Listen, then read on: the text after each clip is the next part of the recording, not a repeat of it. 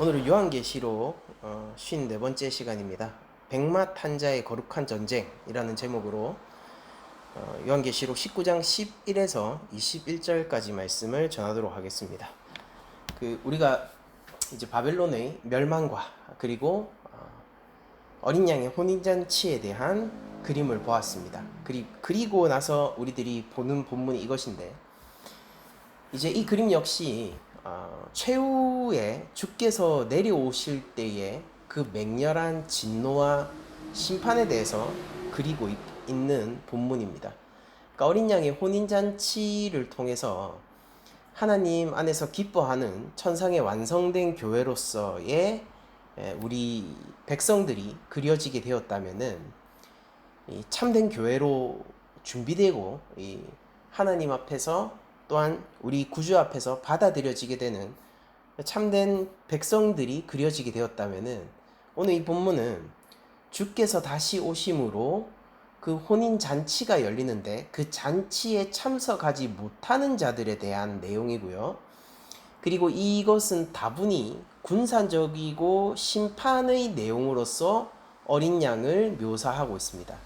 그러니까 본문에 나오고 있는 백마를 탄 자들은 이제 앞서서 우리가 뭐 백마, 그 검은색 말, 청색 말 뭐 이런 거 나왔었잖아요. 근데 그것과 다르게 명백하게 예수님을 그리고 있는 본문이고요. 이 19장에 나오는, 그러니까 백마 탄 사람은 요한계시록 19장입니다. 19장에 나오는 백마를 탄 자는 예수님이고, 예수님이 아주 망군의 여호와로서의 이미지, 그리고 군사적인 이미지.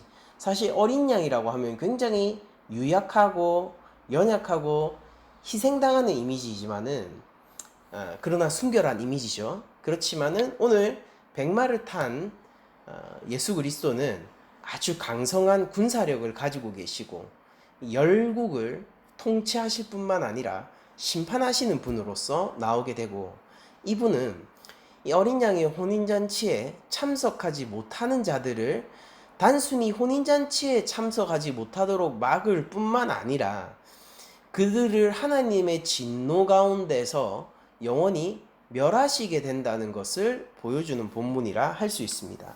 그럼 먼저 이거를 우리가 크게 이 11절에서 21절까지 본문이잖아요. 요거를 크게 세 파트로 나누게 되면은 우리가 11절부터 16절까지를 한 파트, 그리고 17, 18절을 또 한 파트, 그리고 19, 20, 21절을 마지막 세 번째 파트로 나눠 볼 수 있을 것 같습니다.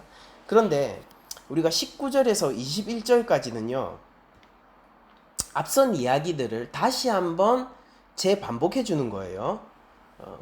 이제 그러니까 한 사건에 대한 두 가지 관점의 묘사가 오늘 본문에 등장하게 될 겁니다.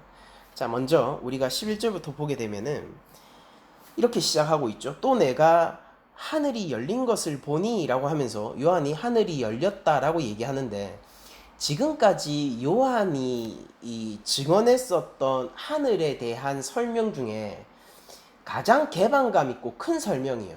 그러니까 우리가 여기에 비견할 수 있는 게 요한계시록 4장에서 요한이 하늘을 볼 때 하늘이 열려 있다라는 것을 표현하는 말이 있는데, 그게 이런 식으로 되어 있습니다.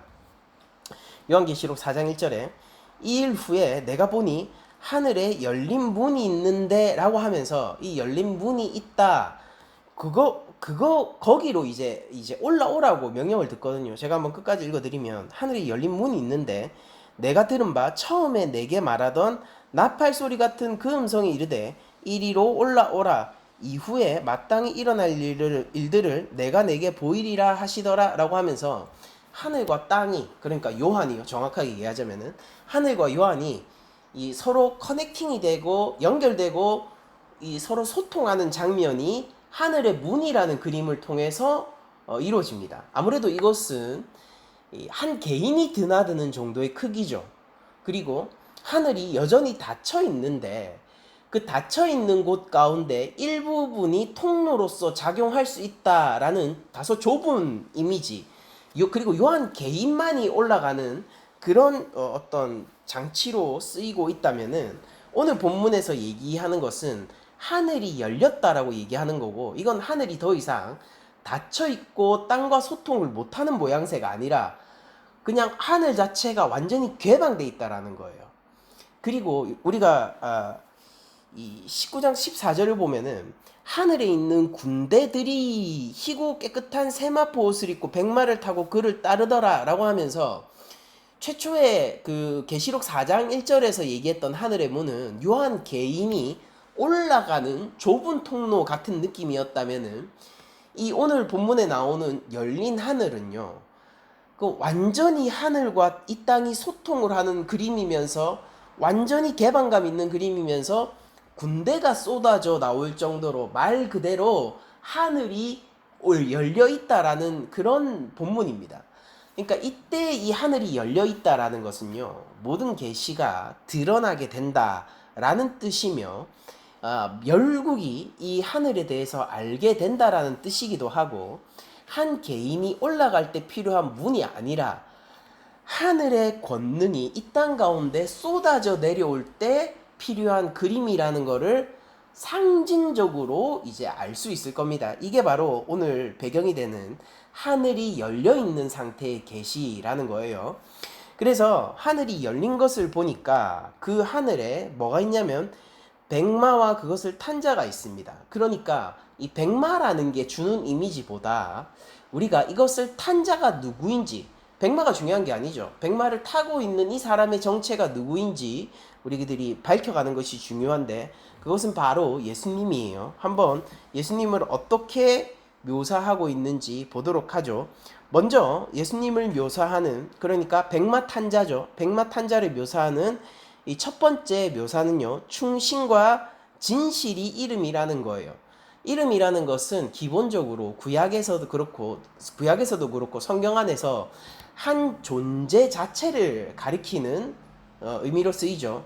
그래서 제가 이름이 뭐 박기현이다 라고 하면은 네가 법적으로 그 뭐 사회 안에서 너를 부르는 명칭이 박기현이냐, 이런 식으로 성경은 이해하지 않고 내 존재 자체를 박기현이라는 이름을 통해서 드러내려고 하는 것이 성경의 기록 방식이기 때문에, 이 백마를 탄 자가 충신과 진실이라라고 얘기하는 것은 바로 이 존재를 드러내는 방식인 거예요. 그러면 백마 탄 자는 어떤 존재냐면은, 충신이 충성스럽다. 이건 뭐냐면은 언약의 신실성을 얘기합니다. 그러니까 신실하시고 진실되신 분이라는 것이 바로 이 백마 탄 자를 묘사하는 첫 번째 묘사입니다. 그리고 두 번째로 그 백마 탄 자는 공의로 심판하며 싸우는 분이세요. 그러니까 심판주이면서 동시에 군사적인 이미지를 가지고 있죠. 그리고 그 눈은 불꽃 같다. 그러니까 이 불꽃 같다도 이제 우리들이 슬슬 알잖아요. 불꽃 같다 이러면은 이 열국, 만국을 치밀하게 관찰하시고 모든 것을 꿰뚫고 바라보시는 분이란 뜻이고, 머리에 많은 관들이 있다라고 얘기하는 것은 다분히 앞서 기록되어 있던 용과 짐승을 의식하고 있는 표현이겠죠. 여러분들, 용이 면류관이 7개였고 짐승이 면류관이 10개였습니다. 여러분들 기억하시죠?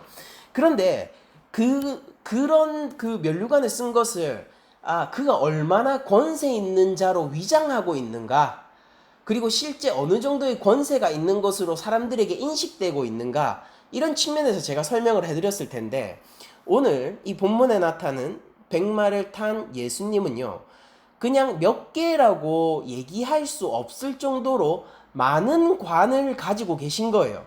그러면은 이거는 권세적인 측면에 봤을 때 그냥 하늘 권세 그 자체를 가지고 계신 분이다 라는 말 이외에는 설명할 방도가 없을 정도로, 그러니까 큰 성 바벨론이나 뭐 용이나 짐승, 그것이 얼마나 강대한 권세를 가진 것처럼 보였고 성도들을 핍박하고 있었습니까?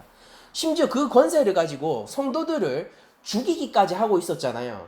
그런데 오늘 본문에 나타난 백마를 타고 오시는 예수님은 그런 정도로 넘어서서 이 참으로 진실된 권세, 뭐 7이나 10 정도로 표현할 수 없는 참된 권세를 가지고 오시는 분이다라는 것이고, 이분은 바로 그 7 면류관, 10 면류관을 가지고 있었던 용과 짐승에게 핍박을 받던 자들을 구원하시는 분이시며 동시에 어떤 분이세요?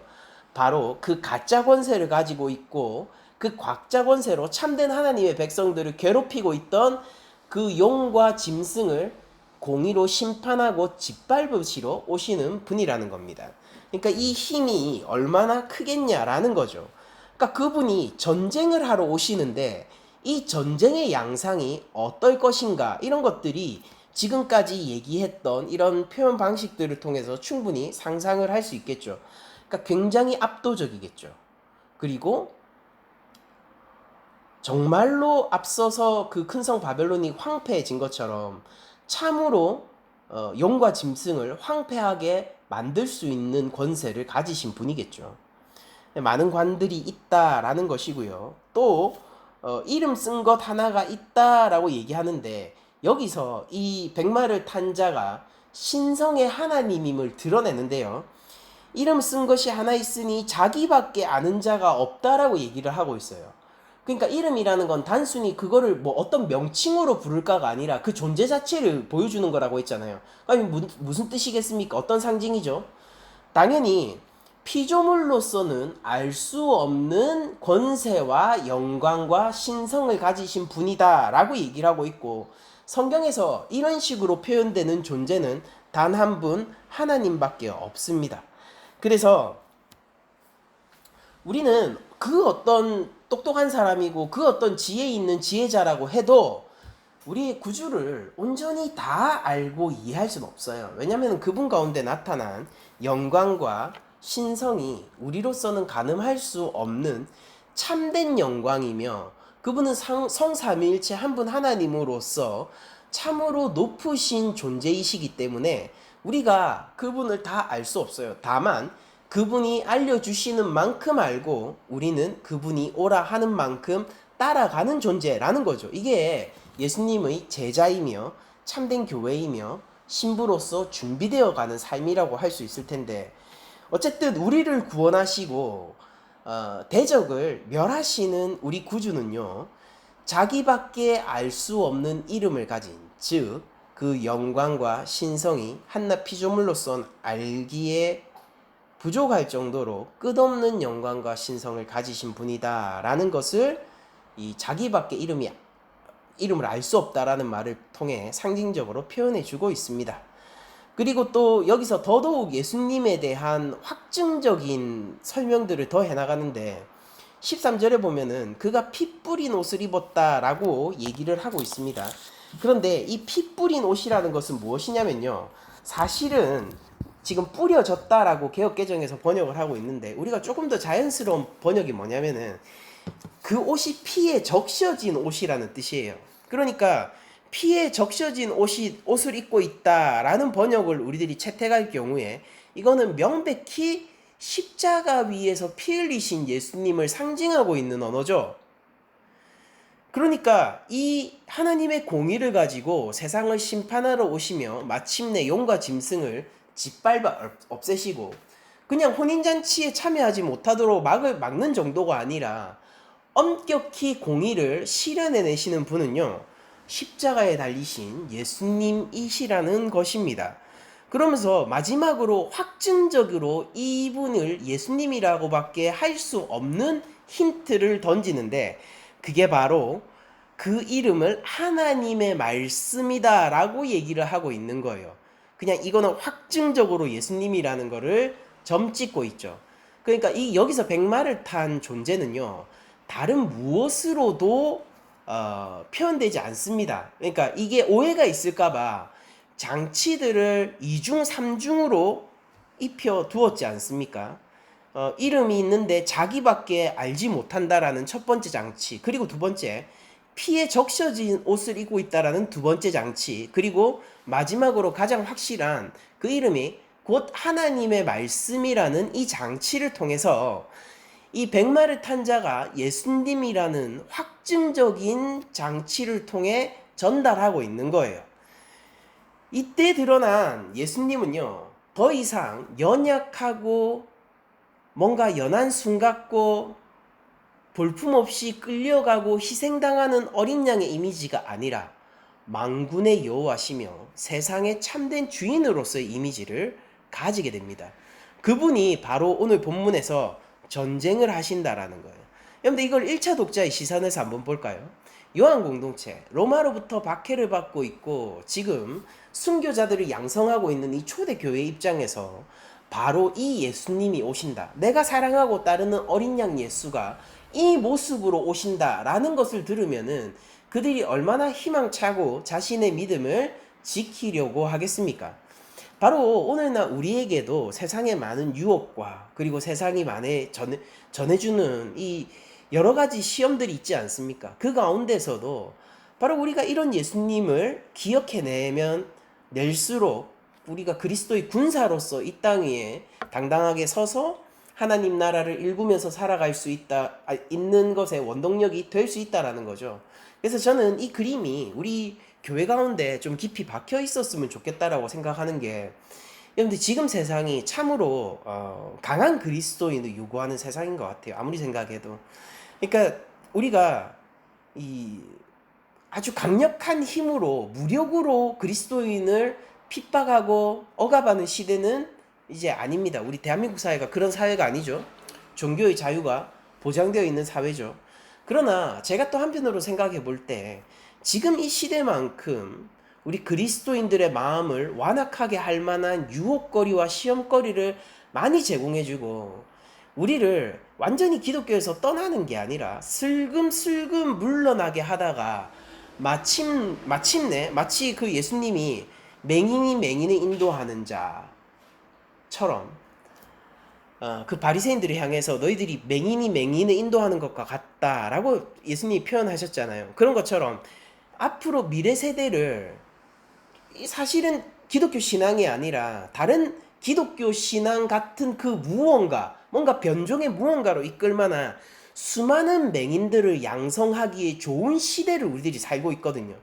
그러니까 타협하기 좋은 시대, 타협했을 때 많은 것들이 오는 시대, 그리고 말씀에 묶여서 말씀을 경외하면서 신앙생활을 하는 것이 아니라 내 중심이 돼서 내가 원하는 신앙의 모양, 내가 원하는 그냥 내가 결정하는 삶의 모양, 그러니까 내가 하나님에게 요구하는 삶의 모양이 이루어지는 기독교, 이런 것들로 우리들이 너무 많이 빠져 있기 때문에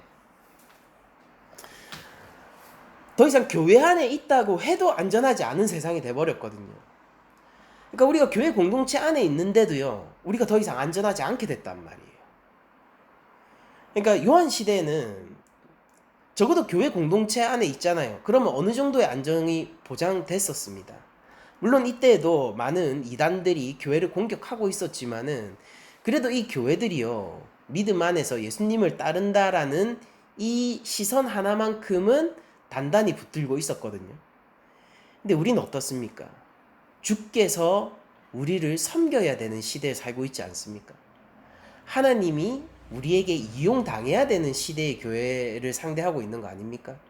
그러니까 진짜 우리가 강해져야 되고 이 사리분별을 제대로 할 수 있어야 되고 우리가 이 조류 가운데서도 우리의 믿음을 지켜나가야 되는데, 바로 그럴 때 참 한풀 나의 믿음을 양보하고 꺾고 타협하고 싶을 때에 바로 오늘 백마를 타시고 오시는 이 만군의 여호와라는 말 이외에는 설명할 수 없는 이 군사적인 예수님을 기억하는 것이 우리를 강하게 하고 이 믿음을 앞으로 전진하면서 지켜가는데 도움이 될 것 같다라는 거죠. 지금 시대가 그냥 그런 것 같아요. 네. 그런데 이 예수님은요, 이런 강한 권세와 힘을 가지고 홀로 오시는 것이 아니라 이 집단으로 오십니다. 군대를 이끌고 오시는데 그 군대가 누구냐면 14절에 이렇게 되어 있습니다.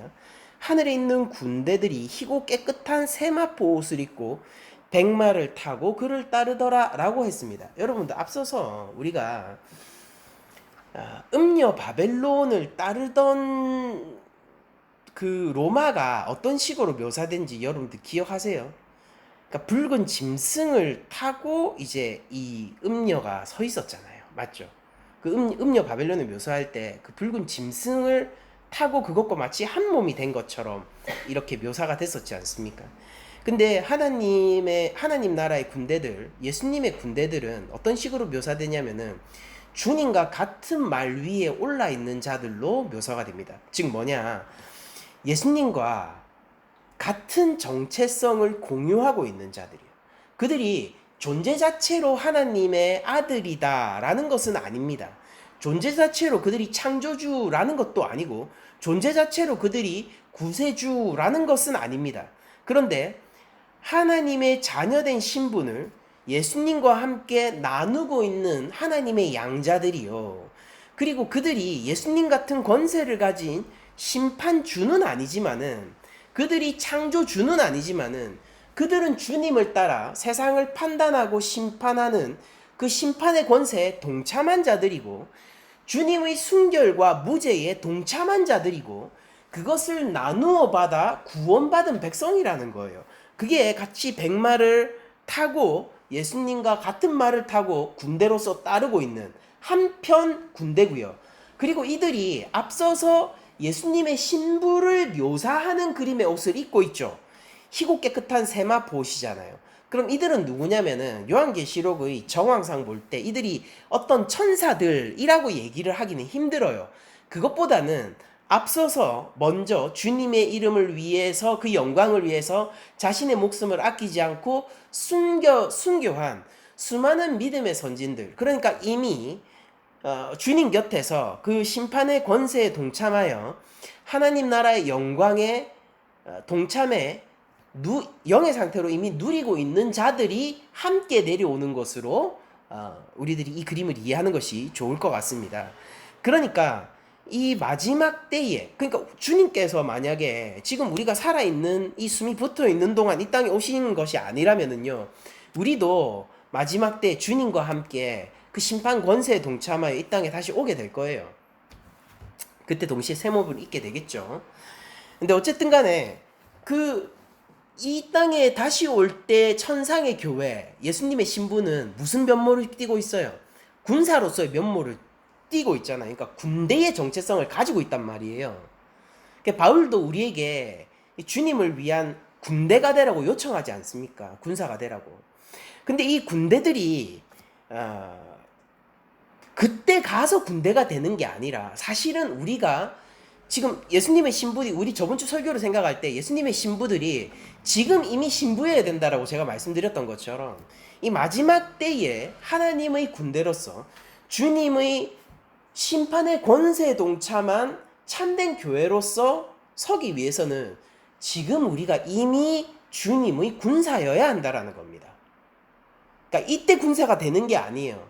그러니까 지금 군사인 자들이 그때 이제 출병하는 거죠.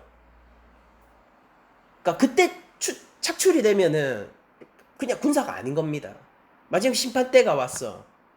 그러면 군사들을 이끌고 출정을 하는 때지, 그때 군사들을 착출해가지고 훈련시키고 이런 시기가 아니거든요.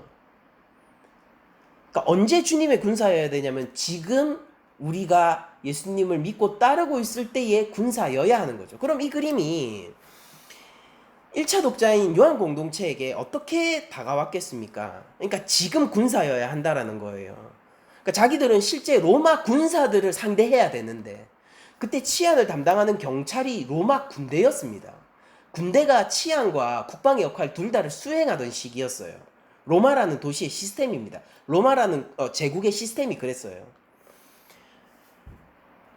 그러면 자기들이 로마의 군사들을 상대해야 되고, 로마의 군사 손에 이끌려가가지고 이 행정적 절차를 따라가지고 불법한 일이 아무것도 없는데도 사형을 당하는 그런 억울한 처지에 있는데, 그때 이들은 지금 내가 예수 그리스도의 군사로서 준비되어 군사로서 행할 때에 마지막 때 이 로마를 심판하시는, 그러니까 다분히 이 로마를 심판하는 그림이 염두되어 있습니다. 로마를 심판하시는 주께서 오실 때 내가 이 로마를 최종적으로 심판하는 편에 서겠구나 라는 것을 전달해 줬을 거 아닙니까? 그러니까 우리에게도 똑같죠. 종말론적인 신앙으로 봤을 때 우리도 지금 예수 그리스도의 군사, 하나님 나라의 군대로서 서 있어야지만 끝까지 하나님 나라의 군대가 될 수 있을 것이고, 주님이 이 땅에 다시 오실 때에 군대로서의 지위로 그 심판의 권세에 동참하는 자가 될 거란 말이에요. 그러니까 여러분들 이 중간지대가 없다는 게 느껴지죠. 그러니까 어린 양의 혼인잔치에 거부당하는 사람은요, 그냥 단순히 그 잔치에 들어오지 못하는 게 아니에요. 왜냐면 이 잔치에 다른 측면이 어떤 게 있냐면은 심판의 측면이 동시에 존재하고 있거든요. 여러분들, 우리 에스더서를 보면은 잔치 모티브들이 등장하게 되는데, 그 잔치에서 이 모르드게를 위시로 한 유다 사람들을 모두 죽이려고 한 하만이 그 잔치 가운데서 기뻐합니다. 왕의 잔치 가운데서 기뻐해요. 그리고 자기한테 상 줄 거라고 착각하고 있단 말이죠. 그런데 실제 진짜 잔치가 벌어졌을 때 그는 잔치 가운데서 배제될 뿐만 아니라 자기가 스스로 모르드게를 죽이기 위해서 세운 말뚝에, 그러니까 자기 함정을 자기가 판 거예요. 요한계시록에 나오는 그 짐승들의 그림과 똑같지 않습니까? 자기가 모르드게를 죽이려고 세운 그 나무에 자기가 달려 죽게 됩니다. 여러분들, 우리가 어린 양의 혼인잔치를 그러므로 나이브하게 볼 게 아닌 거예요. 그러니까 우리가 어린 양의 혼인잔치에 신부로서 참여하지 못한다는 건 뭐냐면은 어린 양의 심판의 권세에 같은 편으로 참여하지 못한다는 뜻이기도 하고, 그 말은 뒤집어서 얘기하자면은 혼인잔치에서 거부된 신부는요, 더 이상 신부가 아니라 심판의 대상일 뿐이며 중간지대는 없다라는 거예요. 성경은 사실은 이런 것들을 명백하게 보여주고 있죠. 근데 우리는 그런 것들을 거부하기를 원합니다. 너무 희망도 꿈도 희망도 없는 거 아니냐, 너무 잔혹한 거 아니냐라고 사람들이 반응을 합니다. 그런데 기억하세요. 지금 우리가 살고 숨쉬고 생각하고 느끼고 의지를 내어서 하루하루를 걷고 있는 이 모든 시간이 우리가 회개할 수 있는 시간이며, 우리가 하나님의 심판의 권세에 참여할 수 있는 하나님 나라 백성이 될 수 있는 시간이며, 예수 그리스도의 순결한 신부가 될 수 있는 시간이라는 거예요. 그럼 그 비밀이 무엇이냐? 성경이 이렇게 얘기하는 거죠. 예수 그리스도의 이름을 믿는 자, 그 자에게 바로 이 모든 영광과 권세가 드려진다는 겁니다. 여러분들, 말 그대로 열린 하늘 아니에요. 하늘이 열려 있어요. 그러나 그것을 선택하는 자는 지극히 적죠. 아무튼 그 군사들은 참된 교회가 이 군사로서 그려지며, 그들은 더 이상 신부의 조숙하고 순결한 이미지가 아니라 어린 양이 이 만군의 여호와의 기세를 보이는 것처럼 그의 군사로서의 군사적 면모를 갖춘 공동체로 또 그려지게 됩니다. 자, 그러면 다시 15절에 가면은 이 군대까지 설명하고 난 다음에 예수님을 더 많은 언어로 묘사하는데, 이 묘사는요, 예수님의 높음과 위대하심, 그분의 하나님 되심, 이런 것들을 설명하는 설명이 아니라 그분의 심판주로서의 행위가 무엇인가를 보여주는 설명들이에요. 자, 한번 봅시다. 그의 입에서 예리한 검이 나온다라고 했죠. 그걸로 만국을 친대요. 이게 뭐냐면은 하나님의 공의에 따라서 하나님 말씀으로 세상을 심판하는 자의 그림이죠. 그래서 예수님의 입에서 예리한 검이 나온다는 것은 율법, 즉 공의를 따른 엄정한 심판을 얘기하는 거고, 거기에는요, 그 어떠한 존재도 비껴나가거나 숨길 수 없는 날카로운 검입니다. 그리고 또한 거기 대상이 되는 범위는 뭐냐면 만국이에요. 그러니까 피할 수 없다고요.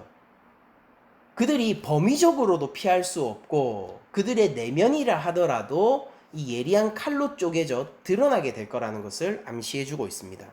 공의의 속성을 따라서 아주 엄밀하게 숨길 것 없이 모든 것을 드러내시며 만국을 심판하는 자가 예수님이고, 또한 친히 그들을 철장으로 다스리며, 이렇게 본문에 표현되어 있는데, 그 만국을 심판하시는 그분은 또한 심판하실 뿐만 아니라 통치를 통해서 질서를 가져오며 억울한 자들을 보호하고 높여주는 절대적인 주권자로 묘사가 됩니다.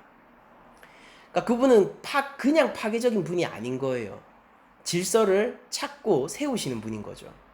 억울한 자는 억울함을 풀어주시고 눈물을 흘린 자는 눈물을 닦아주시고 그러나 죄악으로 배를 채운 자는 자기의 배를 갈라서 하나님 앞에 그 죄값을 치러야 될 겁니다.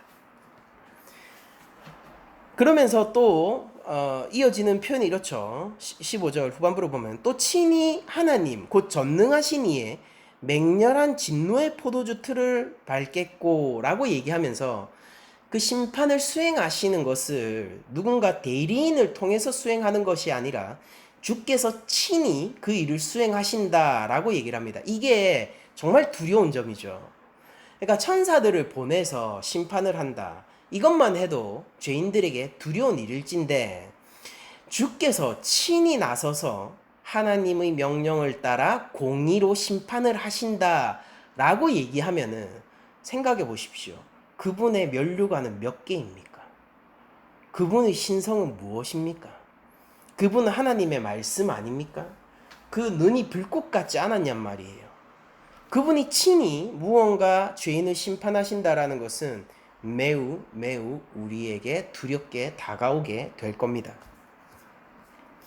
이 맹렬한 진노의 포도주 틀은 계시록 14장 19절을 제가 예전에 설교하면서 거기에 나와 있는 그 본문으로 한번 설명드린 적이 있는데 생각이 좀 안 나실 거니까 제가 다시 한번 그 구약의 이미지의 원천이 되는 이사야서를 읽어드리면은 이사야서 63장 1절에서 6절 그림을 가지고 이런 그림으로 쓴 거예요. 진노의 포도주 틀을 밟는 것이 뭔지 한번 봅시다. 하나님이 에돔을 심판하실 때의 그림을 이사야가 이렇게 63장에서 표현합니다. 에돔에서 오는 이 누구며 붉은 옷을 입고 보스라에서 오는 이 누구냐 그의 화려한 의복 큰 능력으로 걷는 이가 누구냐라고 하면서 붉은 옷을 입고 오시는 분에 대해서 설명을 하고 있죠. 그는 나이니 그러니까 지금 하나님이 얘기하고 있는데 바로 그가 하나님 자신이다 라고 얘기합니다. 공의를 말하는 이요 구원하는 능력을 가진 이니라. 오늘 계시록 본문에서 나온 예리한 검으로 만국을 치고 친히 철장으로 다스리는 그림이 여기에서도 나오죠. 공의를 말하는 이요 구원하는 능력을 가진 이로서 표현이 됩니다. 자, 어찌하여 네 의복이 붉으며 네 옷이 포도주 틀을 밟는 자 같으냐? 만민 가운데 나와 함께한 자가 없이 내가 홀로 포도즙 틀을 밟았는데 내가 노함으로 말미암아 무리를 밟았고 분함으로 말미암아 짓밟았으므로 그들의 선열이 내 옷에 튀어 내 의복을 다 더럽혔음이니 이는 내 원수 갚는 날이 내 마음에 있고 내가 구속할 해가 왔으나. 그러니까 이 포도주 틀을 밟는 이미지 자체가 하나님의 진노와 분노로 인해서예요. 그러니까 대적은 하나님을 격정적으로 분노시키는 직접적인 대적들입니다. 그런데 이 포도주 틀을 밟는 이날을 계속 뭘로 표현하는 거예요? 이중적으로 얘기하죠. 원수를 갚는 날인 동시에 구속하는 해인 거예요. 이렇게 얘기를 하고 있죠. 그러면서 내가 본즉 도와주는 자도 없고 붙들어주는 자도 없으므로 이상히 여겨 내 팔이 나를 구원하며 내 분이 나를 붙들었음이라. 내가 노함으로 말미암아 만민을 밟았으며 내가 분함으로 말미암아 그들을 취하게 하고 그들의 선열이 땅에 쏟아지게 하였느니라 라고 하면서, 그러니까 이게 그냥 심판이 아니라 정말로 적극적이고 공격적이고 파괴적인 심판을 얘기하고 있는 거예요. 근데 주님이 직접 포도주 틀을 밟겠다라고 합니다.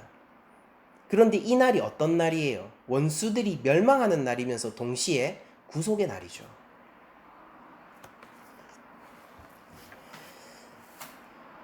자, 그러면서 이 일을 행하시는 예수님, 즉 백마 위에 탄 자를 이런 식으로 또 16절에 마지막으로 묘사를 하게 되는데, 그 옷과 다리에 이름을 쓴 것이 있으니 만왕의 왕이요 만주의 주라 하였더라 라고 얘기를 하고 있습니다. 그럼 이 존재가 뭡니까? 이 옷과 그 다리에 이름을 쓴 것이라고 얘기하는 걸 통해 가지고 주님이 세상을 심판하는 와중에 드러나는 주님의 속성이겠죠. 그러니까 주께서 아주 적극적으로 파괴적으로 정말로 공의에 따라 피도 눈물도 없이 정의로운 판결을 내리실 때 그때 드러나는 주님의 존재는 무엇이냐면은 만왕의 왕이요 만주의 주입니다. 이거 직역을 하면 왕들의 왕이요 주인들의 주인이다 라는 뜻인데, 이게 드러내는 게 뭐냐면은, 여러분들 주권자가 앞서 보면은 바벨론도 주권자였고 로마도 주권자였잖아요. 그리고 그 권세가 얼마나 대단한지 면류관이 7개, 10개 정도 됐지 않았습니까? 근데 그 왕들의 왕이요, 진정한 왕이요, 그 주들의 주다, 진정한 주다라고 얘기하는 거는, 그들은 그 권세가 있었다가 사라지는 자들이지만은 주님은 처음부터 권세자였고 마지막까지 영원 가운데 권세자, 영원한 권능을 처음부터 가지고 계셨고 영원한 권세를 처음부터 가지고 계셨던 분이다 라는 것을 표현하는 게 바로 만왕의 왕 만주의 주라는 이름이에요. 이게 언제 드러나게 될 거라고요? 주님이 심판하실 때. 그래서 옥과 다리에 이름이 쓴 것이 있다라고 표현을 하고 있는 거죠. 그러니까 이 상징적인 모습들이 이제 우리에게 보이죠. 자, 그러면서 이제 또 이 예수님이 군대를 이끌고 전쟁을 벌이시는 거예요. 근데 이 전쟁이라는 것은 뭐 사실 전쟁이라고도 할 수 없을 정도의 일반적인 학살과 심판이 예고가 되어지는데, 그 심판날 새들에게 잔치가 벌어집니다. 이거는 어린 양의 혼인잔치와는 또 다른 잔치죠. 심판날 하나님의 큰 잔치가 벌어지게 되는데, 이 17절에 이렇게 돼요. 주님이 군대를 이끌고 왔어요. 그러니까 심판이 일어나야 되는데 그 심판의 참혹함을 이 반어적으로요, 잔치로 표현합니다. 한번 봅시다. 17절, 또 내가 보니 한 천사가 태양 안에 서서 공중에 나는 모든 새를 향하여, 그러니까 태양 안에 서서 새를 향하여 얘기를 한다라는 건 뭐냐면은, 이 빛 가운데 만방, 그러니까 열국 위에서, 그 빛 가운데서 열국 위에서 햇빛이 안 비치는 곳 없죠. 그러니까 열국 위에, 만국 위에 이런 명령을 내린다라는 거예요. 모든 새를 향해서 큰 음성으로 이렇게 외치죠. 와서 하나님의 큰 잔치에 모여. 이 무슨 잔치냐? 새들이 무슨 잔치가 있을 거냐? 새들이 먹을 게 너무 많다는 거예요. 근데 그 음식이 뭔지 이렇게 묘사합니다. 왕들의 살과 장군들의 살과 장사들의 살과 말들과 그것을 탄 자들의 살과 자유인들이나 종들이나 작은 자나 큰 자나 모든 자의 살을 먹으라, 이렇게 얘기합니다. 그런데 이거는 이렇게 권세로 오신, 백마를 타고 오신 주 예수의 심판이 얼마나 파괴적이고 용서 없이 벌어지는가를 잔치라는 아이러니한 그림을 통해서 보여주고 있는 겁니다. 그러니까 이 잔치는요, 새들에게는 잔치이나 큰 성 바벨론에 속하여 사단의 세력에 속했던 악과 죄악의 세력, 그래서 하나님 대적의 세력에 속했던 모든 자들에게는 잔치가 아니라 멸망이라고 표현할 수 있죠. 그러니까 이 잔치는 어떤 이미지를 가지고 있느냐면 멸망의 이미지를 가지고 있어요.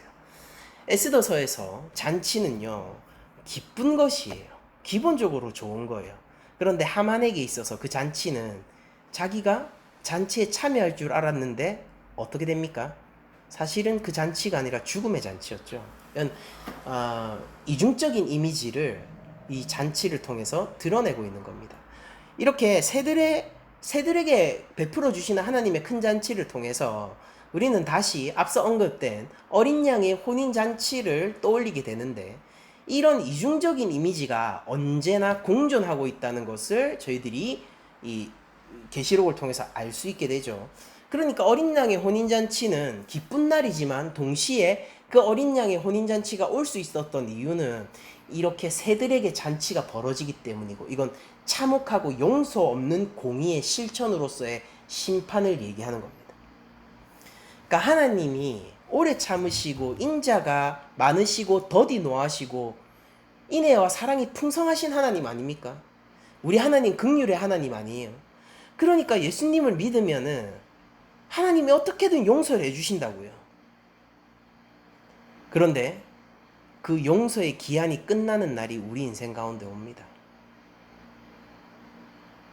하나님이 용서하지 않는다라는 것은 뭐냐면은 물러나신다는 뜻이 아니라 정말로 법대로 심판하신다라는 뜻이에요.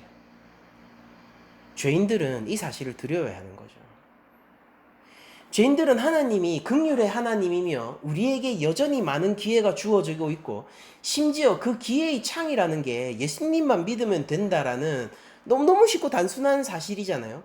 이 사실이 우리들이 모든 죄인들이 기뻐해야 되지만은, 그러나 동시에 그렇게 우리에게 오래 참으시고 긍휼과 사랑을 베푸시는 하나님이 동시에 심판의 주이시며 율법의 수여자이시라는 사실, 그리고 또한 이 세상을 판단하시는 분, 불꽃 같은 눈을 가지신 분이라는 것을 우리들이 떠올릴 때 동시에 두려워해야 되죠. 그러므로 우리는 하나님을 믿을 때에 하나님을 사랑하며 동시에 두려워하고 경외해야 하는 것이고, 하나님에게 가까이 가야 함과 동시에 주님에게 가까이 가면 죽는다는 사실에 두려워해야 하는 존재라는 겁니다. 주님과 함께 하지 않으면 죽어요. 그러나 그 주님은요, 죄인을 심판하시는 분이에요. 여러분들, 예수님을 믿지 않고 이 간극과 이 아이러니를 해결할 방법이 없습니다. 그러니까 지금 우리가 이 땅에서 예수님을 믿고 교회가 되고 주의 신부가 되고 하나님 나라의 군사로서 서야겠죠. 자, 이렇게 심판날에 벌어지는 하나님의 아이러니한 큰 잔치는 사실은 하나님의 명령을 받고 이 땅 가운데 이 공의를 베푸시는 예수님의, 뭐라고 표현할까요? 진짜 마지막 심판인 거예요. 그 그림을 이렇게 묘사하고 있는 거죠. 잔치라는 아이러니한 그림을 통해서. 자, 그러면서 우리가 19절로 넘어가게 되면은, 이제 이 19절은요, 사실은 우리 앞서서 봤던 본문 11절에서 18절 있죠?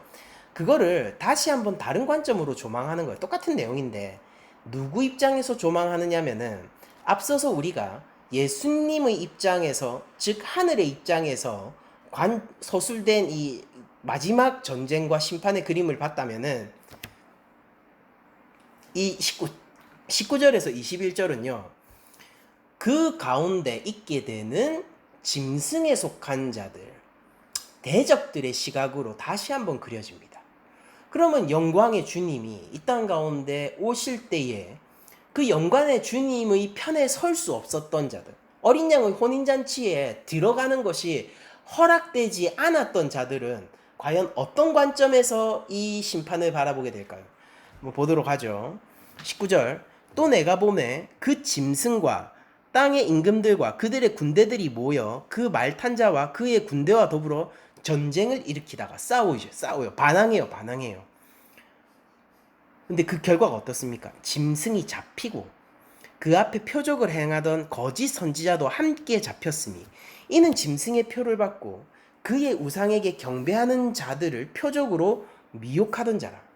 그러니까 세상 권세의 중심이 잡힙니까? 잡혔어요. 전쟁하고 반항합니까? 반항해요. 그런데 그렇다고 해서 그게 의미 있는 반항이라는 소리가 아니에요. 그냥 지렁이도 밟으면 꿈틀한다? 그냥 꿈틀할 뿐인 거예요. 그리고 결국 잡히게 되죠. 그들이 나의 권세를 나눠줄 수 있는 영광이라고 여겼던 그 짐승이 잡히는 거예요.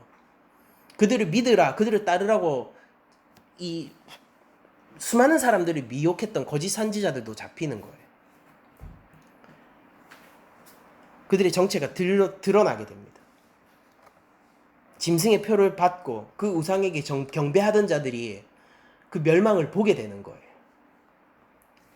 어떻게 됩니까? 이 둘이 산채로 유황불 붙는 못에 던져지고, 그 나머지는 말탄 자의 입으로부터 나오는 검의 죽음에 모든 새가 그들의 살로 배불리더라. 이거 잔치 그림이죠.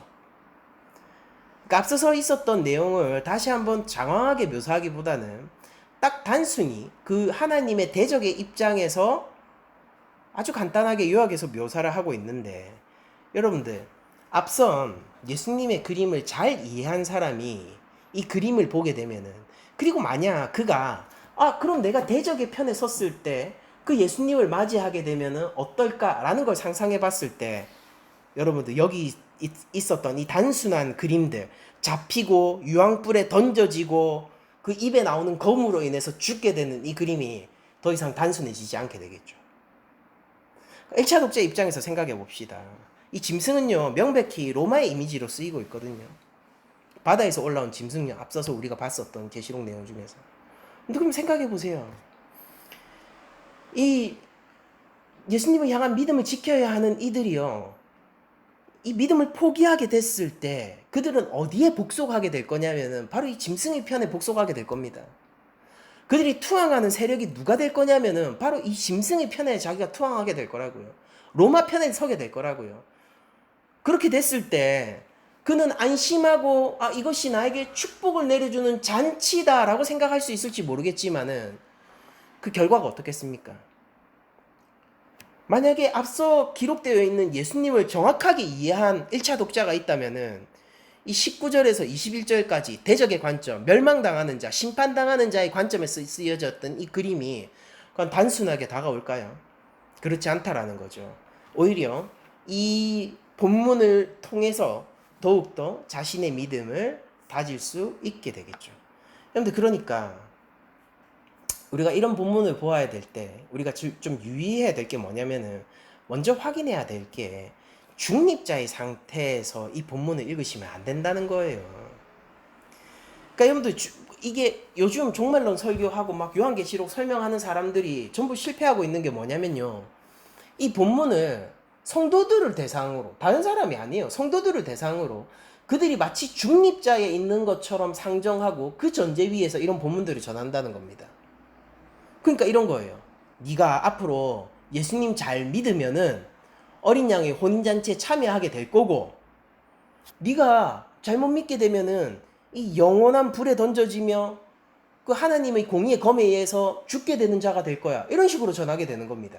근데 이렇게 되면은 우리 입에 뭐가 쌓입니까? 두려움밖에 안 쌓이는 거예요. 근데 아니라니까요. 이 요한계시록은 처음부터 믿는 자들을 위해서 쓰인 서신이잖아요. 그러니까 이 본문을 읽을 때 이 대상자들, 청중을 어떻게 상정하도록 만들어야 되고 어디 가운데서 설교를 해야 되냐면은, 이들은 사실은 이미 교회이고, 제 앞에 있는 여러분들도 그래요. 여러분들도 이미 하나님의 구원에 참여한 자로서 이 본문을 봐야 되는 겁니다. 그럼 그렇게 봤을 때 계시록 19장 19절에서 21절까지의 이 그림이 여러분들 두렵게 합니까? 아니면 여러분들의 믿음을 강화시킵니까? 여러분들 두렵게 해가지고 이 노예가 되게 해요? 아니면은 여러분들이 지금 가고 있는 이 길을 끝까지 자유하게 갈 수 있는 원동력이 됩니까? 그러니까 이 문맥을 잘 선적해야 되는데, 이 문맥이 틀어지면은 진리의 말도 비진리가 될 수 있거든요. 이건 누구한테 던지는 말이냐면은 그리스도의 신부된 자에게 던지는 거예요. 그러니까 여러분들도 제가 방금 19절에서 21절까지의 대적의 두려움을 설명할 때 그걸 중립자 입장에서 받지 마시고요, 교회로서 받으십시오. 그리스도인으로서 받으시고 주에 의해서 구원을 받은 하나님의 백성으로서 이 본문을 받으시길 바랍니다. 그렇게 되면은 제대로 기능하게 될 거고, 이 하나님의 말씀이 우리의 믿음을 지켜줄 것입니다. 이제 슬슬 말씀을 마치도록 하죠. 여러분들, 오늘 본문은 아주 단순해요. 그러니까 주께서 오실 때에 세상은 심판당할 것이고 우리는 주님의 군대로서 함께 주님의 심판의 권세에 참여하게 될 거다라는 결론을 보여주는 겁니다. 이 상징적인 그림들을 통해서 여러분들이 이 단순한 이 사실의 깊이를 더해가시기를 바라고, 또 한 주간 살아가시면서 이 본문을 통하여서 예수님을 믿는 믿음이 강화되고 무엇보다도 그리스도의 군사로서 설 수 있는 여러분들이 되시기를 축복드리며, 특히나 여러분들 역시 그냥 수세적인 군사가 아니라 말씀의 검을 든 주의 심판 권세에 참여한 그리스도인들이 되시기를 또한 축복드리면서 모든 말씀을 마치도록 하겠습니다.